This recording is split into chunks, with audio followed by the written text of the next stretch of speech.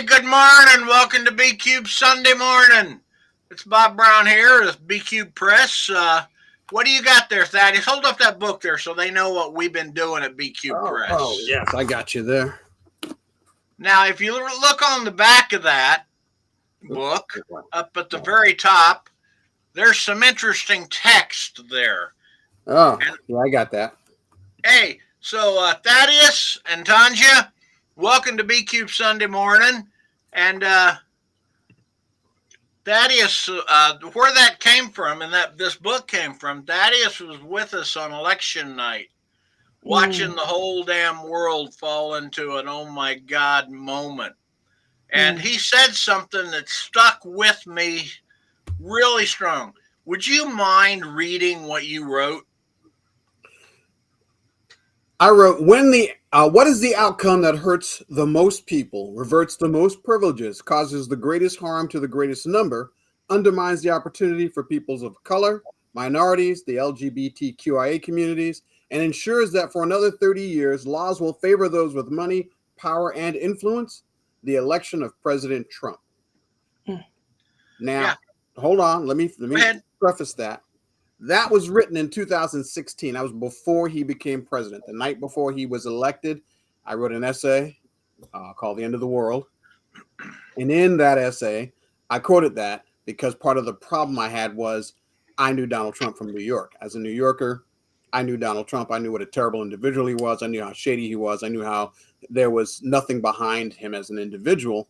But I could see a person like him getting power and influence and maybe destroying the world. And so far, he's been doing great. Anyway.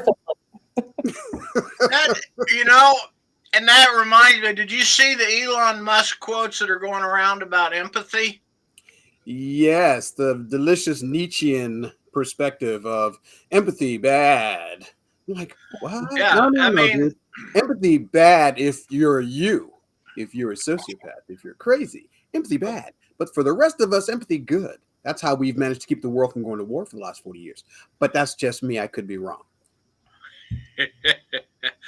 Well, I am going to say it is a pleasure to have both of you guys here today. Now, I'm going to shut up because I didn't ask Thaddeus, and then Thaddeus asking Tonja, so you could watch me stand here and go blah, blah, blah, blah, blah. So, Thaddeus, tell me what's up. I am here today with Tonja K. Johnson. And the reason I invited her, thank you for inviting me since I'm a guest host. So I'm hosting, but normally I sit on the other side of the table. Normally I've been on this show now probably 3, 4, 5 times now. Yeah. And when they asked me to host, I was like, sure. And then I said, well, who would I interview? And then I said, oh, I know. I'll interview someone I just worked with a week ago or 2 weeks ago. I forget how long ago, a couple of weeks.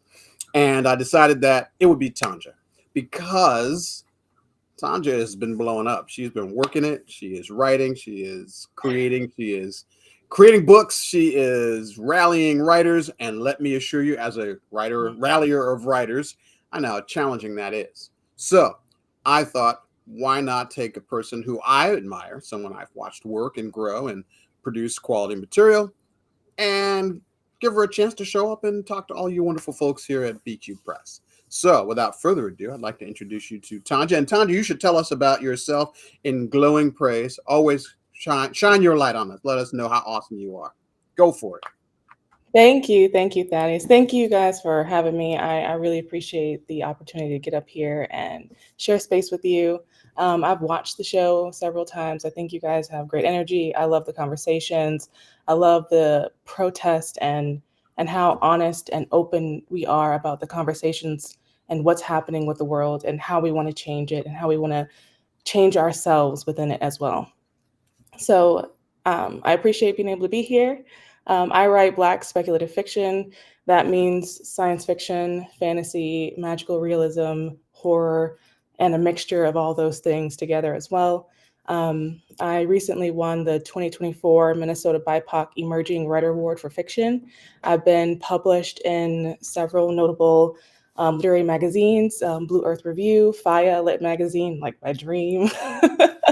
And I'm just happy to be able to do what I love and share my words with people.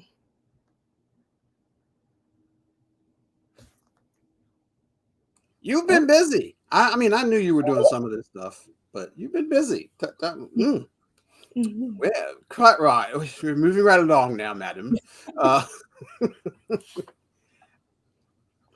I don't know how many people know your origin when you started doing writing. I mean, I only started following you maybe 5 years. How long has it been? 5 years? Oh, I think more than five. Five? More than five?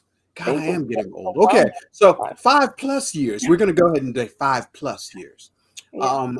that I've been watching your work and watching you write. And we talk from time to time. We talk about books and stories. But this last event that we did, Mhm. I knew more about you from the last event than I had gathered over all that other time. So now here's a chance for you to share your origin story. Where does your radioactive superpower come from? How did you Oh, become a writer? What did you decide that said I will write forever and ever? Amen. What was that moment? it would be more of a villain origin story. Uh-oh. Well, villains gotta have jobs too. I Uh, mean, heroes need people to chase, right? So go for it. yeah, yeah. In spite of, so I grew up really awkward, really quiet, really shy, and struggling with childhood traumas and not really knowing how to open up to people. And in third grade, my racist elementary school teacher assigned a project that changed my life, and it was to write a story. And in that story, I was able to become the person that was in control of my world for the first time. And that feeling of being able to create something and see it flourish in the ways that I wanted to see the world flourish stuck with me. So ever since then, I loved writing. But truly, honestly, when I decided I wanted to do this thing was, I think I was in junior high. I got grounded for sneaking out of the house to go sit on at the edge of the cul-de-sac with my friends under the streetlight. And my mom caught me.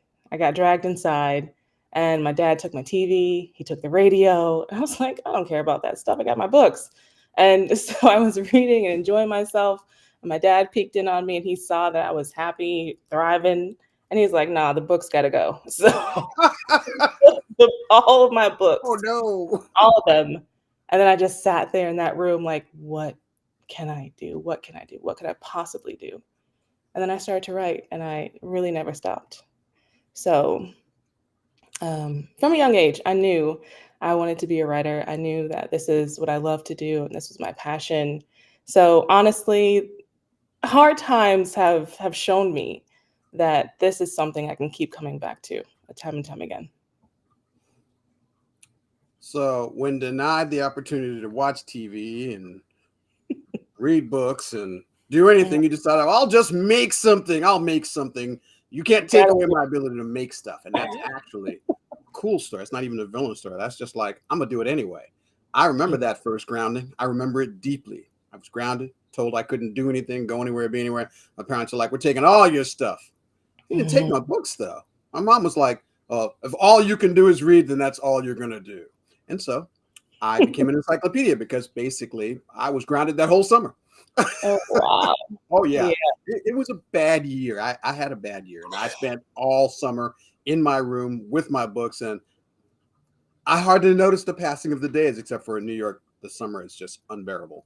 So that being hot in that room, that was the one thing that made it a problem. But other than that, I was trapped with books. I couldn't be in better places than Mm, having access to everything I ever wanted to read. So it was cool for me.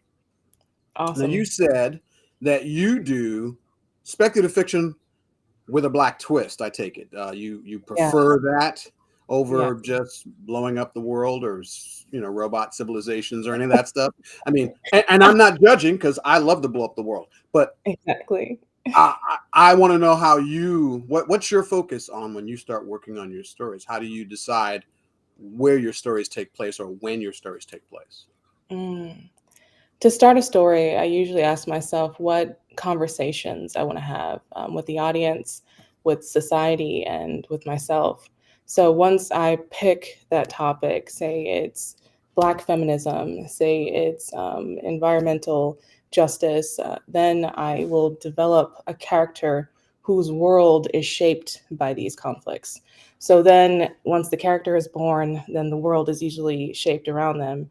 So it always starts with a conversation and what I want to talk to people about and what I want them to be left with once they come away from my story, that bit of information that gnaws and gnaws and gnaws in the back of their mind that they can't quite forget. I don't want you to have a quick dip into my story and forget. I want you to think about those themes and these questions because they're constantly around us, and we don't have the luxury to sit back and watch the world burn. We need to take action. And if my protest comes in the form of fiction, so be it. I'm just going to make sure I make my stand regardless of the medium. So my bringing marshmallows, not enough. Marshmallows, hey, I mean, it has to burn to be reborn, right? Right. I So, mean, if we're gonna watch the world burn, we should have marshmallows. We should have s'mores. We should be able exactly. to really enjoy it. There won't be any Mhm. chocolate tomorrow. There won't be any marshmallows tomorrow. So we might as well enjoy them today. Oh, So goodness. okay, I can dig that. I respect that. Now you write horror because I remember the piece I helped you with was horror and or Mhm. magical realistic horror. I mean, how would you just is that two genres or was it just stylishly told horror? It was an amalgamation of things. I guess, yeah, it has an element of horror. So the piece we're talking about is Beneath the Midnight Tide, which Yes. was published in FIYAH Literary Magazine, issue number 33. Um, it definitely has the element of horror. It has the magical realism. Um, it has the historical element as well, in a real Black town that has endured and suffered a lot of catastrophe at at the hands of white terrorism.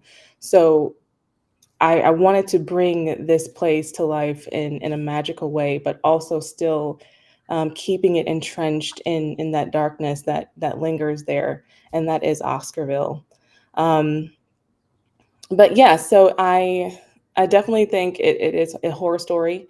Um, it doesn't have a happy ending, but No, it not. is a nuanced ending where you can take many meanings from it as well. So um, definitely horror. I come back to horror quite a bit in my work. I noticed that. I noticed that you like horror. I I wasn't do. sure what does that mean that you like scaring people or you like disturbing people? Is that it? You just like to disturb folks? Oh my goodness. Yes, I It's like to okay. disturb people. It's okay. If you write horror and your horror doesn't disturb people, you are not doing your job. Goal of Yeah. horror is to disturb folk, make people go, glad that wasn't me. That's what horror is supposed to do. So you're doing Yes. your job. Thank you. Thank you. I try. I so so you've been writing now and you got published in Fire. And I know you've been wanting that for a minute. Oh my Um, God, yeah, yes. I know. I know. And I remember when you did it, you were like, I'm sweet. I was like, yeah, she's happy. So Like, what happened for you after that? I mean, how did it change you? Did you feel uh, like I have arrived. I am no longer just hanging mm, out as a writer. I have arrived. Someone sees my work and I feel great. I mean, what was what did was it the have a feeling? net effect on your creativity? Did you feel more inspired, less inspired, or just like, hey, I always knew I was great. Now other people know I'm great. This is great. I wish that good feeling could linger for me a while. When I initially got the email, I was elated. I was sitting in my car. I checked through my email. It had only been 12 days since I submitted, and I was like, I probably got another 60 days left to hear back. But for some reason, I kept checking and kept checking and kept checking, and that acceptance came through, and I felt like, oh my God, this is it. This is the sign that I can do this. That I might be good enough for my dream. But that quickly faded. I am a person who I don't know if I'm striving for perfection, but I want to be better than I was 3 months ago, 6 months ago, a year ago. So that goalpost is constantly shifting. And so if I rest on the fact that, yes, I was good enough for this publication, my writing is maybe technically good enough now, I'm not going to continue to grow and seek more information and more knowledge and better myself. So it didn't last very long. I think about a week. I got a good week of jolly feelings, and then I was quickly like, okay, well, I still have things to learn. Let's keep moving, and the pace continues. FIYAH did change my life, and it still has opened up opportunities for me. People that I've never been able to dream of like having conversations with, I've now been able to speak with, and being invited into certain circles now that I would have never dreamed about before. And just being able to have these connections, I think that has been the greatest honor of being published in FIYAH, is being able to now um, be able to network and socialize with these folks that are in places, higher places, wonderful, amazing places that I dream about being in. So yes, I'm really grateful for FIYAH, for seeing the raw, unpolished talent that I might have, and letting me be a part of their magazine. She's so humble. Brings a tear to my eye. Feels so good. Don't listen to her. She's really talented. She's really skilled. I read her work. I enjoy her writing. Um, and yes, you know what? You deserve to be able to take a breath and say, I was published in FIYAH, and you shouldn't have to feel any way about it. You can just say, I did it. I feel good. And see that feeling right there? That's the feeling you get to have because you did it. It I feels did do good. it. Oh I my gosh. remember you writing it, and I remember you struggling over it and having feelings about it, and you had lots of feelings Mhm. about it. A lot of feelings. Still a And lot of now it's done, and it feels good. You're allowed to enjoy that. We can savor. Savoring can still happen. You just have to be like, "Ooh, that was nice. I feelings. just Yeah. want to feel that for a minute." Because there's always going to be another hill. There's always going to be another thing you got to write. There's always, if you decide to be a writer, you're going to be writing. And Yeah. it's okay to savor the wins because goodness knows they don't happen nearly enough. Not nearly enough. Oh So yeah. Everything enjoy it, goes slow. feel good with it, Yeah. savor it. And now that I'm thinking about it, I know that so last week, tell us about the event and why you created that event last week. Because Hmm. I like that. And that was a good thing. I think you should do more of those, as many as Oh you can get. Scrounge up yeah. writers to participate. Tell me Mhm. about it. I definitely plan on doing more events. And so what happened a couple weeks ago was the Black Speculative Fiction Celebration. And this was an event that I decided needed to happen during Black History Month because we have so few opportunities to celebrate Black writers. And the current administration is trying their best to erase our voices and make sure that we are not heard. They want to erase our Black brethren, our queer siblings. They want to make sure that we do not have the space to speak. So we need to carve out our own spaces. And if I can make just that little burrow for us to go into and be able to reach people, I will do that 1,000 times over. So that is what the Black Speculative Fiction Celebration was about. It was about celebrating Black authors, Black stories, and our creativity. So we got together with 11 people. We all wrote flash fiction pieces that we read, and we talked about what Black speculative fiction meant to us and what it meant, what it means historically. And we then published those stories and we gave them out for free so people can hear our voices, and there is no barrier in being able to hear those stories.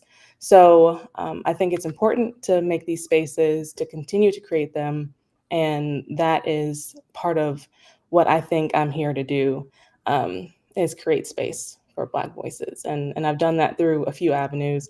We have a group called Voices of Color where we commune and we celebrate each other. And I've created another group called POC Cover Market for Black authors and authors of color who want to find covers specifically that represent them when it's so hard to find quality covers that have people of color on them, and nobody seems to really care that this is an issue.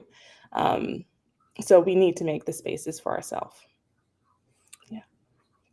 I'm going to second that. It's very difficult to get a good cover for artists of color, particularly because for some reason the industry doesn't want us to actually produce books at all. I mean, we don't get picked up, we don't get published, we don't get seen. So it's hard to find artists willing to do art featuring characters of color because there just aren't that many professional artists out there willing to. And I think that's one of the biggest problems a lot of writers have is they want to produce more of their own work. They want to see more of their own work, but the challenges of producing it, the knowledge base, the skill base. I mean, a writer has to know a lot of stuff now. Once upon a time, all you had to do was write. I have a story, I write it down. It's wonderful. I send it to my publisher. Handle that for me. And they handle it and they go, oh, this is wonderful. We're going to put it in a book. And it goes into a book and it's done. And I didn't have to do anything. I don't have to advertise for it. I don't tell people about it. I just wrote it. But now you got to be a social media guru. You've got to be able to analyze your statistics for your social media. You've got to develop your own platform. You've got to be able to have your own social media website, personal website. So you've got to be able to your own stuff. You've got to promote your own work. You've got to curate your own audience. Oh, gee whiz. When do I get to write? Because all that stuff sucks up all your time. So I know that that's a challenge. And so when I found out that you had taken all the stuff and turned it into an EPUB, I was like, oh, she's just going to do too much. Quite right. I like her even more. So you went off to do that. You turned it into an EPUB. And I know I should have had a link so I could have given it to Bob so he could. Matter of fact, I'm sure I have it. Oh, wait a minute. I do have it. See, I used to do a podcast and I had a window where I would keep stuff. So Bob will drop this somewhere and then you guys can help you find it. Here we go. As soon as I figure out how to do all that. All right, Bob, here you go. This is the link to If Fists Could Talk on Goodreads. So we gathered those writings together and she EPUB'd them and she put them in a book and now she put them up on Goodreads. And that's a lot of skill. That's in addition to just being a writer. That's a lot of just general skill because most people, they're lucky if they can write it. You know, I wrote a story, it's finished, I'm happy, and they post it somewhere and they're thrilled. But to write it, pub it, put graphics on it, design it, put it up, edit it, I mean, that's a career. I mean, and if you do this more than a few times, you get to, I am an editor and a writer and a creator, and I make julienne fries too. So you're doing a lot, and it is, and the reason I admire it is because I know what kind of work ethic it takes to do that. It's a crazy amount of work. Having done it now for years, you're doing just fine. But I got a couple of questions for you now that we've got you here. Okay. Let's talk about your process. See, like for me, I usually ask a question that nobody ever wants to ask. So, for example, what if politicians were competent? What if they did their jobs? That's a huge one. What would it take for politicians to be competent? How would you, what does that world even look like? So the other night I was just sitting and I was like, what would that look like? So I ended up writing a little piece of flash fiction called Commitment, just as an idea. And part of the idea was for me to think that politicians would be competent, you'd have to remove all opportunities to bribe them. As long as they can be bribed, well, then they're going to always do what they've always done because money is power and pretty much that's how our society runs. So in Commitment, politicians are committed. And the difference between, so you've heard the joke, it says, chickens participate in breakfast, pigs are committed. Chickens appear for breakfast. Yes, here's an egg, sir, and we're on our way. But a pig, they got to be committed. They're going to be bacon or whatever they're having. They're staying. So in this story, I decided when you become a politician, congressman or up, you are in the job for the rest of your life because the only thing you're going to have is a head. They're going to take your brain, slave it to a quantum computer, and you will be body free. Your family's cared for, everything's handled. You don't ever have to worry about anything. And Oh, because of that, the only thing you do is what politicians are supposed to do: prepare for the future, make the future better. You can't be bribed because you're never going to get anything. You get nothing. Your family's cared for, and the only thing that the world gets is quality legislation, because mm, that's all you can do now.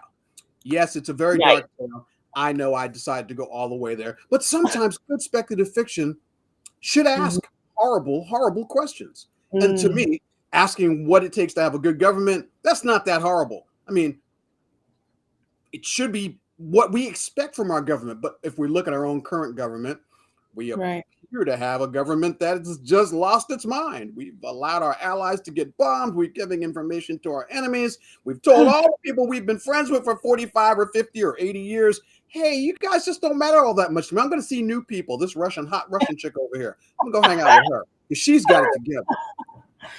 So Mm-mm. So I wanted to know, what's your process? And that's why I gave you my process, so you can see how I arrived there. But what's your writing process? I'm sure it's probably less bizarre than mine. But Well, share.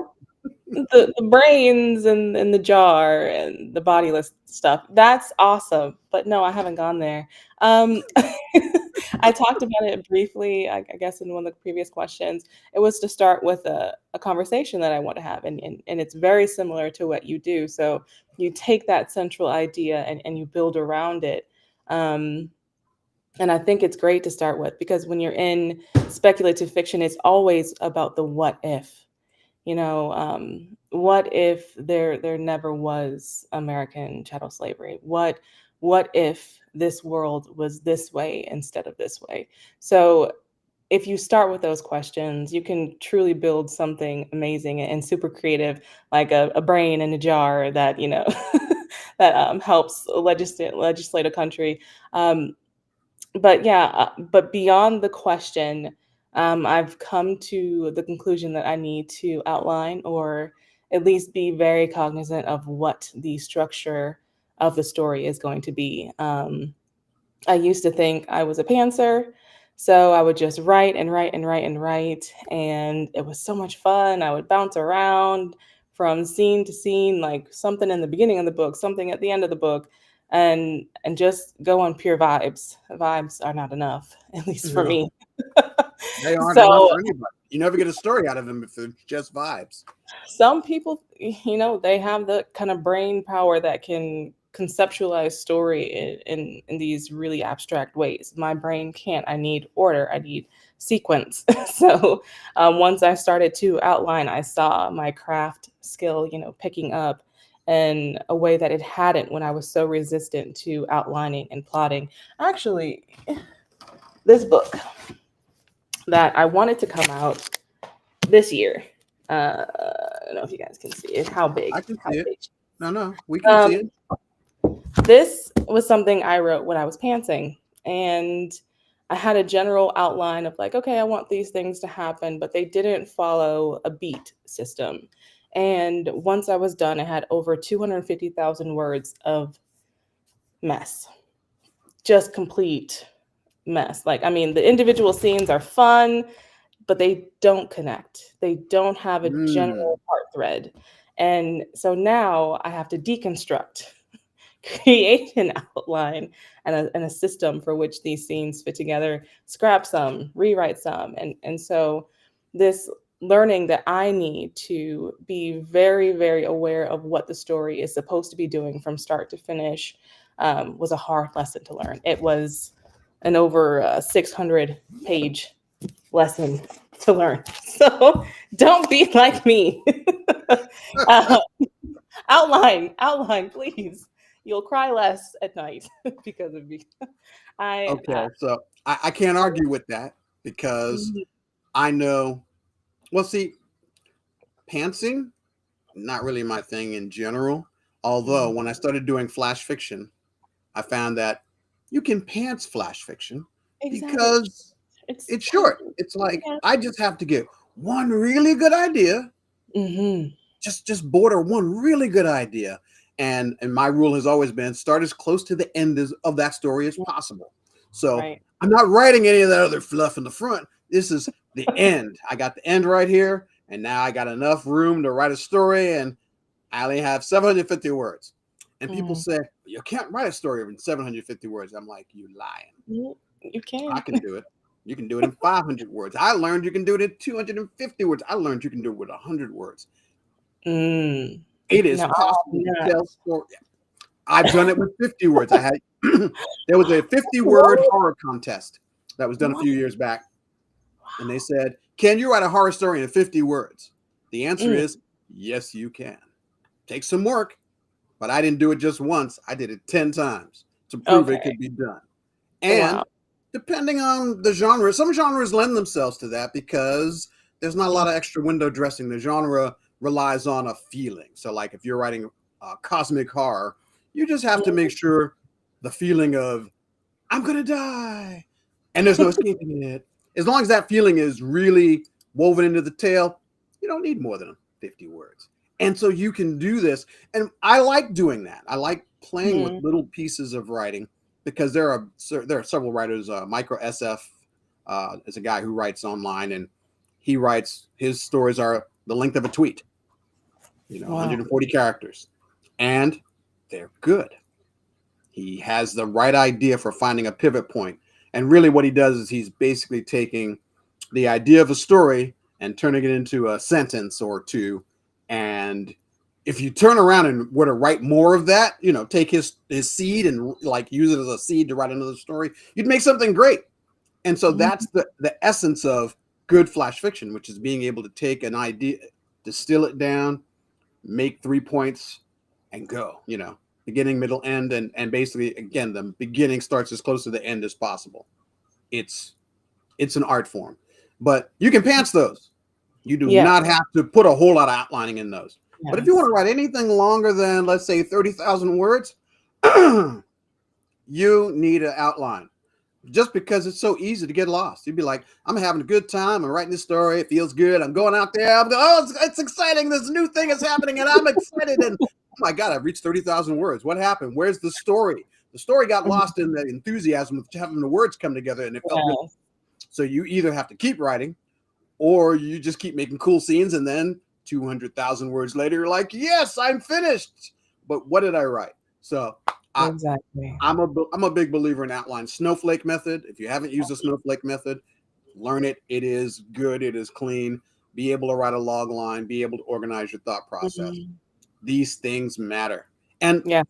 and people say, well, if you write an outline, your story's so dull. I'm like, no, because if you're writing and it gets good, let's say you're writing a scene and you got an outline and it's good to you, but suddenly you get a better idea. Hmm. I go with that better idea. And when I'm done, I Exactly. go back and, oh, yeah, I will. I'll write the better idea, of course, always.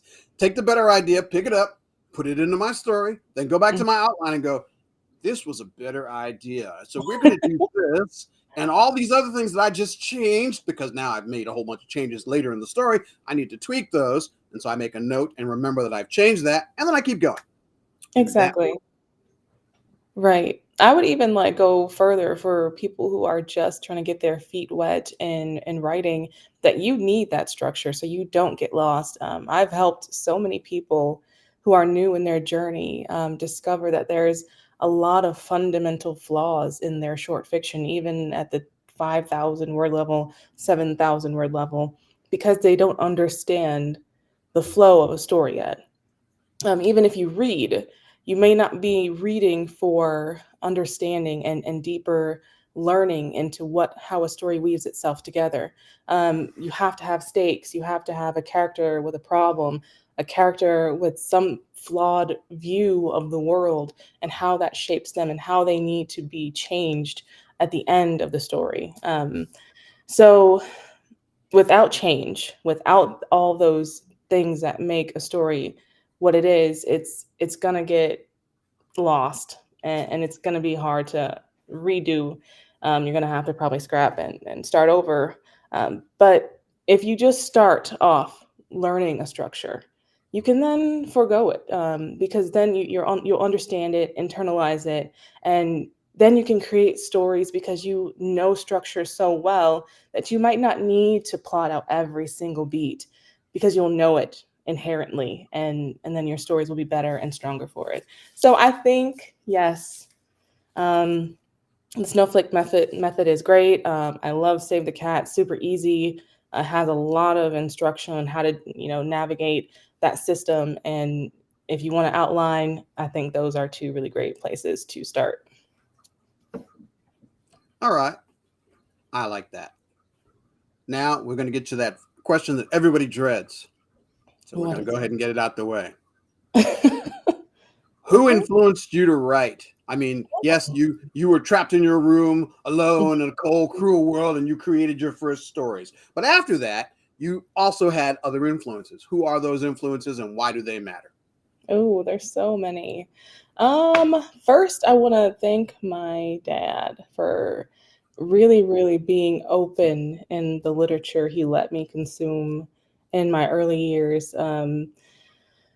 because it broadened my scope of what stories could be. And if I had just stuck to um, things that he deemed were safe or appropriate, then I don't think I would have had the type of imagination that I do today. So I think my dad is a great influence for me. He's always pushed literacy and reading, and because of him, I enjoy stories. So him and Octavia E. Butler, N.K. Jemisin. There's so many. I will have to say most likely, N.K. Jemisin would be the top. She's like my literary goddess, and she sits up on a pedestal. And so, if I could write just one story that impacted me the way that the fifth season did, I would be a happy writer. She restructured my brain on how speculative fiction should be, or what even the definition of it is, and how you can really intertwine science fiction, fantasy, horror, all these other elements, and create something that feels fresh in a genre that just keeps churning and churning the same ideas over and over again.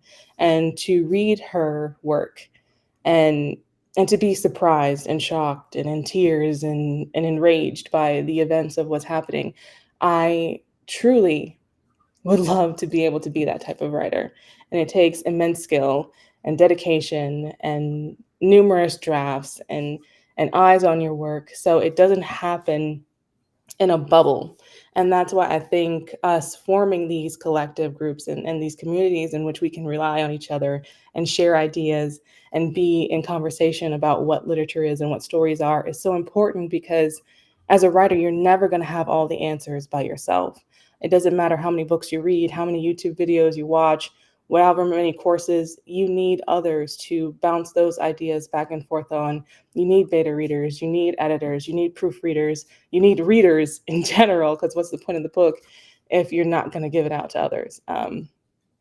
So, yes, to get lost, my answer, N.K. Jemisin is my top influence currently.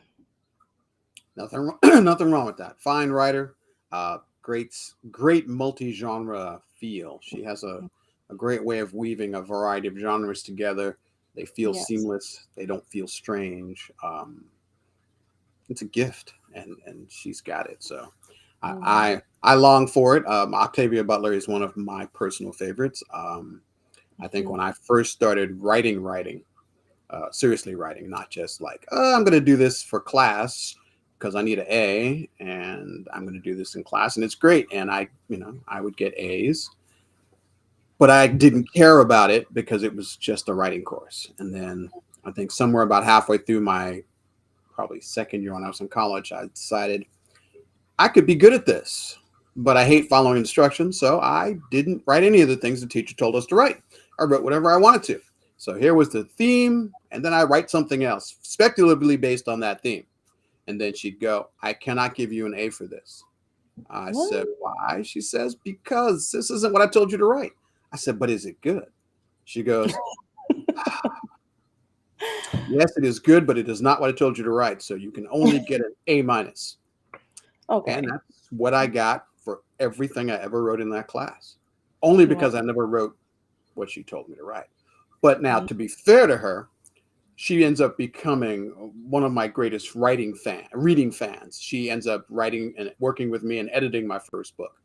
Wow. Oh yeah, it was funny. She made fun of me for years because she's like, "You were a perfect student. You just didn't do what you were told. You did what we did in class. You were great, but when it came time to do the work, you just did what you wanted to, and I can't reward that." But eventually, when it came time for me to start writing, she was like, "You said you wanted to write a book, and I think I want to read your book." So I wrote it and I submitted it to her, and she edited it, and she was as brutal as she ever was. And God bless her, Jan Wall, best thing Texas ever produced. She, she savagely tore it apart, but when she was done, it was brilliant. And I realized the power of a good editor. Never, ever believe that you can't get help from an editor. If their editor's doing their job, they're making your book better because they're not in love with it. You're in love with it. You're like, "Oh, I love you. You're the best thing that ever happened to me." And all your friends are like, "Girl, he ain't no good for you. Put that book down." So an editor comes up and says, let me help you. Let me help you with this. And she goes through it, and she finds those things that you're in love with, and then slashes them and says, "Get that out of here." It's like, okay, he's not right for me. I know. I put him out, and the story gets better. And so she was amazing. She was an amazing reader and an amazing writer. She was also a painter, and she did a bunch of other stuff. She was very talented, a talented woman. So yeah, an editor makes a difference. If you have never thought about it, you have to remember every writer, no matter how good you might think they are, it has an editor standing by to go, "Get that trash out of here." That's what they're for. That's their job. But if you have a good one, man, it makes your story sing, because they see the things that you don't, and they recognize at times when you're too close, when you're like, "Hey, that's a tree. That's all I can see is that tree." And they're like, "Hey, there's other trees out here." "Oh, cool. Look around the tree. We're good." My editor was that woman. She would ask you, "You had a great story there. Too bad you missed the real story." Yeah, she would. She'd be like, "That was a great tale, but you missed something. You missed this whole thing here." And I'm like, "Really?" And then I'd be listening to her, and I'd look at it like, damn, you're right. I told the wrong story. So then I would go back and rewrite it, tell the right story. And then I'd take the other story and be like, "I'll do something with this eventually," and just put it in a box. Believe it or not, I end up coming back to a lot of those. They come back to you. If you write long enough, everything you write comes back to you, and you come back to it and go, "This wasn't a bad idea, but I could make it better." And I find myself grabbing old tales and, polishing them up and going, "Yeah, this could be good," and give it to my editor. And she's like, "Didn't we do this already?" "Yes, we did, but it's better now." And then she'd read it and she goes, "It is better now. Awesome. Let's keep doing that." So edit, get an editor. It makes a difference. Now, I got a question for you. Have you ever got to a point where you were writing something and said, "I never want to write again"? Not, I never want to write again, but this sucks. Like, I'm tired of it. Okay. I've refused to give up. I don't think I've reached that point yet, but there's been plenty of time. I think each piece I write, I get to a point where I hate it. I've looked at it enough times. It's trash. Why even waste my time on this thing? I don't know how anybody will ever like it. Yeah, every single thing I write, I go through that phase. Like once it gets down to the last few end revisions, I'm just done. I'm tired. Yeah. Ugh. Yeah. I'm like that right now with a piece that I need to submit. I absolutely hate it, but I gotta try. I gotta submit it, see if it sticks somewhere. So if you hate your pieces, just know it's normal. I don't think there's many of us out there that loves everything that we write. There might be a few. Thaddeus, do you love your stuff? Because No. Most of what I write, I loathe, and it's always a challenge. Sorry, my cat has decided that this is the moment for her. I must be here. Half the time I love it. The other half the time I loathe it. And ironically, the pieces that I love, most people don't and the pieces that I loathe, most people do. So it's like they, if I loathe it, they'll love it. I'm like, oh, I hate this thing. This is the worst thing I ever wrote. What was I ever thinking? I can't stop writing it, but I finish it and I go, I hate this. I'll never read this again. And other people go, wow, this is amazing. This makes me feel things. I'm like, wait a minute. I just said I hate that piece, but I love it. Now the pieces I love, the weird, really weird pieces, twisted, time traveling, timey-wimey bending, genre fusing, things that I really enjoy writing. Most people go, what are you smoking? And where can I get some?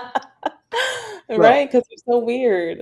That just goes to show there is no knowing when you're writing how what you're writing will do for people. So like I said, my favorite stories, most people are like, ick, never want to read that. Things I loathe, they go, why aren't you writing more of this? And I'm like, because I hate it. I don't want to write this. But I've written several things that initially I didn't like, but eventually decided to go with, and they turn out pretty good. And some of them actually turn out to be things I enjoy writing more now that I've embraced the horror, and it's gotten good to me. So there's no way to know. You just kind of have to. You just have to kind of piecemeal your way through it. Yeah. So here's a question. Knowing what you know today, being a writer that you are today you are FIYAH accepted. Knowing that, would you go back? What would you tell yourself? Yes. To ensure that you ended up on this path, what would you say to your younger self if you were like, because I know there had to be days when you were writing and working, and you're like, no one's ever gonna read my work. No one loves me. I hate my job. I mean, it had to be those stories. I have them all the time. I have it all the time. Yeah. And I have to remember that my future self is going to come to me and say, you're doing okay, dude. Just keep pushing on. Remember 5 years ago when you wrote that and you're like, oh man, why'd you have to bring that up? Why'd you get out? So he's right. My future self is almost always right. Just keep pushing on. What would you tell yourself? What would you do?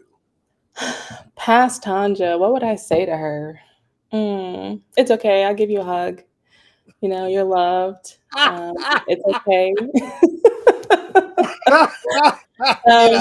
If you're watching this from the past or the future, I don't know how that would work. If you're watching this somehow, Tonja, just know it's okay. I know you're writing for you and you're writing to create a safe space and to feel whatever emptiness is within you, but read short fiction, read more short fiction, devour that, learn about structure, because those two things have propelled my craft in ways that I never would have thought possible. I've seen myself get better in shorter spans because of short fiction and being able to constantly write and say the end on a piece and see it for its totality and get those rounds of revision in. And because of that, it's made my long form writing just sing in ways that I didn't think was possible. So short fiction, it really is hard to do right. But once you kind of find that rhythm, it helps you become a stronger writer in all facets. So I think that would be my biggest advice. But also keep writing the stuff that you love. Represent yourself in all your ways and all your queerness and all your weirdness. And don't be afraid to show those things to the world, because there's someone out there that's going to accept you and love you and cherish those parts of your story because they're you. And so I think that's what I would say to past Tonja. You're so good to your past self. I gotta be. I'm terrible. Hard. He never says anything nice to me. He always comes and looks at you like, dude, what are you doing? Put that down. I don't know what I'm doing wrong. Mm-hmm. Yeah, I mean, the world's hard enough. You got to be a little bit easy on yourself. Yeah, and I've come to that. My wife is good for that. She'll be like, you know what, just write. Just keep writing. You'll be fine. It'll all work out in the end. And Exactly. Eventually. generally she's right. Yeah. And don't quit. Keep writing. I just saw a comment. No, it's quilting. Never mind. I said quitting. No, but that's a good point. The point is Yeah. valid. Tell people. Don't quit. Because once you stop finishing things, you're gonna fall into a rut of not finishing. So that point of completion is a really special place as a writer when you can say that this thing is done, and you've done all the revisions on it, and you see the places that you've gone wrong and where you can go right in the next story. So finishing is also incredible and so understated. So finish what you start. Finishing is an art form. It Hmm. is an art all by itself. And a lot of times, I used to write for Quora. I was a writer on Quora. I wrote superhero treatments and pop culture and a bunch of other stuff. Basically, whatever weird question came through, I was going to write about it. But one of the things I learned was that if you didn't finish a piece, you weren't going to. So what I ended up doing was sitting down and saying, however long it took for me to finish this piece, I'm going to finish it. So I might write a piece for 8 hours straight, just start and write all the way through and get to the end and force myself to finish because finishing mattered.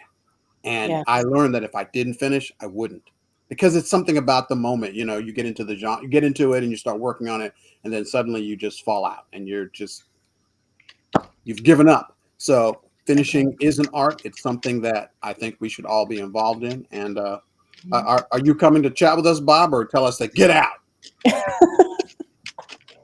I think Bob doesn't even know he's here with us. So I got a few more minutes. I got one more major question there, Tonja. Tonja, what are you working on right now that's got you thrilled? Tell me about something that you're doing that you cannot live without while I go kill my telephone. I'll be right back. I have a few. I'll wait for the room to stop. Hi, Bob. You're down there. I don't think Oh, I'm here, but he asked you a question, and I'm not going to interrupt that. Okay, yeah. So right now I'm working on several things. I have a few short stories in the works, things that are going out on submission, but like really special. I have something that I call Project Space Teeth, and it's queer and it's Black and it's science fiction and it's feminine rage and it's burned down the system.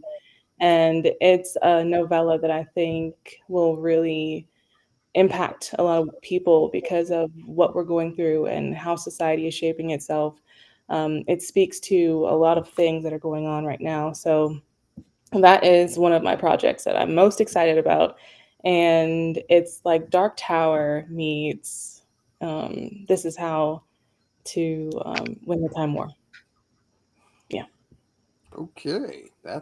that's good. That sounds like it'll be interesting. I await my early copies. Yes, of Yes, I'm course. waiting for them. I think that was my 9th question. Yeah. Hey, one more question. If you Okay. had to have one thing that you want people to read that you think would show people who you were, what piece would that be? What work would that be? My recent FIYAH publication, The Brief of Midnight Tide. It's in issue 33 of FIYAH. Support Black Speculative Fiction. It's an amazing magazine, Hugo-Award winning, and I'm just honored that my work gets to represent a place that I've wanted to be for so many years. Ever since I saw that burning fist, I knew in my spirit I needed to be in FIYAH. And I'm just really glad that my story is there and it's available for people to read. If you're looking for something for the free 99, If Fists Could Speak is available, and I have a short piece called The Song of the Living, and it's about a young girl and her grandmother, who's disabled, and they live on this secluded farmstead, and the trees run from dead things. So if you are curious about that, you can go ahead and I think check out the link. It might be somewhere in the I comments. included it. Yeah, Okay. it was included. So the link to Yeah. If This Could Speak, or at least so you could find it. and know what it looks like on And it's Goodreads. short. Yeah, it's short. It's a good introduction of how I write. So I would recommend that as well. And Thaddeus is there, so he has an amazing piece. So Yes, I have I a piece there. definitely recommend. Yes. Yeah, it's a good book, and my piece is Dracula's cat Persephone, So about great. about Dracula, who decided he was no longer going to make any human vampires, ended up making a cat vampire, and ends up being more loyal but also more problematic, and just one of those things. But Bob, you got 5 minutes. Is there something you wanted us to know about? Like, I know you want to promote your book. Here it is again. Oh, It's Alternative Liberties. I mean, my name might be on the cover there, but you were there at inception, you know? And I hope it was good for you. The but the that was a joke, guys. No, The no, we got it. We just want to let it slide on by. Some jokes you just let them go. It's going that way. Let it just keep running. Oh, it's skittering off into the corner. if I could have made her choke on her coffee, it would have been good. Funny. No, I got to tell you, it's if I had anything to promote, it would be the conversation going on between you two. You guys you're touching on so many things. I mean, my little quote of the week comment I made, I knew if I didn't finish, I wouldn't. You know what? You know how many writers, when I run into them and they tell me they've got this great book they're working on. How long you been working on it? 5 years. How far are you in? I got 4 chapters. There's only one word you can say to those people: finish the sumbitch. You know? Is that one word?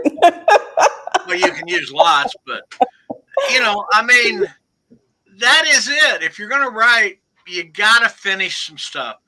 Yeah. You finish it or put it in a desk drawer and work on something that you are going to finish, because I tell you, and you're talking to a guy who's got a lot of desk drawers. Tonja, what do you got in the desk drawer that you should probably be working on because everybody will love it? My passion project. See, wait a minute. I didn't hear a passion project. Tell me more. Oh, just a second. It's just I'm gonna go away so you can have that conversation, and then I'll be back. No, it's not a whole conversation. Yeah. It's just something that I started a few years. I wrote the first 2 books. Let me not, beat around the bush. I wrote 2 books. They're Black, they're fantasy, they're Game of Thrones-esque, huge world building with a sci-fi component to it. And I realized I wasn't good enough for that book series. I was not a strong enough writer for that series. And so I started trying to improve my craft to be a better writer. And so I shelved it. It's just sitting in my files, gathering dust until I feel like I'm ready. Like I'm really, really ready to tackle that project because it's huge. It's like a huge, huge world. The world building alone, that Bible has like over 500,000 words just of the world building. So the scope of the thing is immense. And I want to make sure that when I sit down to rewrite that story, that I have all the tools in my toolkit that are going to really help make this story sing the way that I want it to. So in the meantime, I'm writing lots of other things to see where I can be, improve my craft, experiment with different story types, and work on one day writing that story. I know you're going to tell me, write that thing right now. I can see it in your face. No, actually, I was going to say the reason I was hiding my face was because I know a story or two of that similar nature where I wrote them and then decided I wasn't good enough and then put them down, and I feel shame. But I still write, and it's weird because these are things I wanted to write for years, and I wrote them, and then when I was done, I didn't like them. So I ended up turning around and spinning off little stories from those stories. And the more I write the little stories, the more I'm like, I need to just go back and finish the universe. I got all these little things that I've written off it that are really good, that I really enjoy, but I didn't finish the actual universe they came from. So it's like, Oh, shame. Hmm. I'm hiding Yeah. my face. But I have to look at it and say that, that happens. I think everybody's got that challenge. I want to Mm. be able to get out there and write, and I will do it eventually. I'm confident that I will. But I want to say for you that, oh my goodness, this hour went by way too quick. It's been an hour? Oh It's my been 59 minutes and 59 seconds. It has been an hour, and it was outstanding. God. I'm sorry we couldn't get together to talk this week, but Yeah. it ended up being a really good interview, and I knew you'd be a good interview. Cosmic awareness. Hey, I knew you'd be Thank you great. for your faith in me. I appreciate it. You have made me feel good, so I feel like I didn't have to work too hard as a guest host. I just had to sit there and bask in your glory, and it's so Oh, nice. So thank you. thank Thank you you. for coming. We appreciate it. Thaddeus, you're Yes, sir. always a pleasure to have on the show. I mean, and Tonja, it is an incredible opportunity to meet you. Uh, Thank you. I could you brought a lot to the show, and I love the humanity here. You know we're all challenged by so many things in the writing. Um, what's in the desk drawer? Getting it done, getting the editing done. Is anybody gonna like what I wrote? It's just amazing. So thank you so very much. And I say this, I hope you both make it back to the show here, uh, Mm. because there's this happened here because Tom Whitmore is on a cruise, and we had uh, uh, Cliff said, I'll do it. And I said, wait a second, Cliff, you're on next week,